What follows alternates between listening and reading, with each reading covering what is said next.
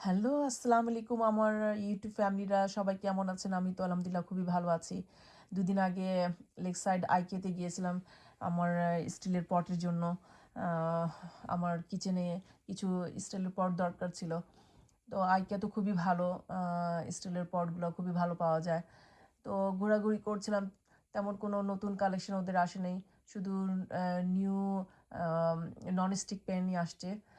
তো তেমন কিছু আসে নাই। তো আর কেনা হলো না এখান থেকে। শুধু স্প্যাচুলার আর বেডশিট নিয়ে বের হয়ে গেলাম। তো বাইরে এসে দেখি যে খুবই সানি ডে, ব্রাইট স্কাই, খুবই ভাল লাগছিল। তো এহসান বলল যে, "ঠিক আছে তুমি পাওনি তো চলো তুমি প্রকুকে চলে যাও। তোমার তো আরেকটা প্রিয় জায়গা আছে প্রকুক।" তো প্রকুকটা বেশি একটা দূর না আইকিয়া থেকে। লেকসাইড মলের ভিতরেই। খুবই ভালো একটা ব্র্যান্ড আর জিনিসপত্র বেশ হেভি ডিউটির পাওয়া যায়। আর গিফটের জন্যও খুব ভালো। তো আমি চলে গেলাম। তো যাওয়ার পরেই চোখেই তো পড়ল ১ম এ লাশ। নিজেকে তো আর সামলাতে পারলাম না, কি করব আর?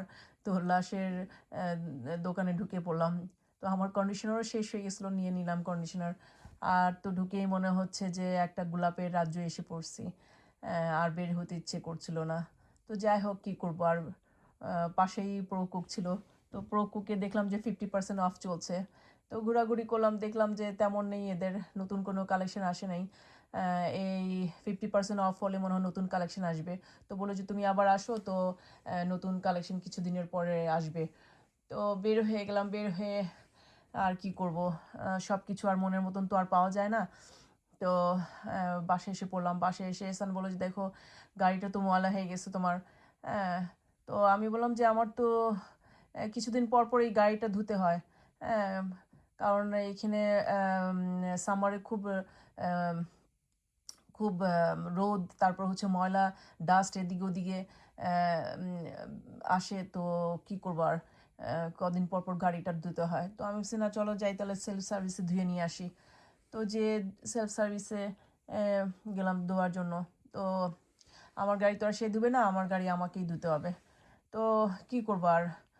হাসিও পাচ্ছিল তখন। আর মনে, মনে ভাবতেছিলাম যে ঠিক আছে যাক, যে নারী রাঁধতে পারে সে চুলও বাঁধতে পারে। সবই করতে পারে। তো নিজের না কাজ করব, লজ্জা কিসের? তো নিজের কাজই তো সব করি। কেউ তো আর এখানে হেল্পিং হ্যান্ড নেই। তো গাড়ি-টাড়ি ধুয়ে নিলাম। ধুয়ে বাসায় এসে পড়লাম। তো ভালো থাকেন। আজকে এই পর্যন্ত। খোদা হাফেজ।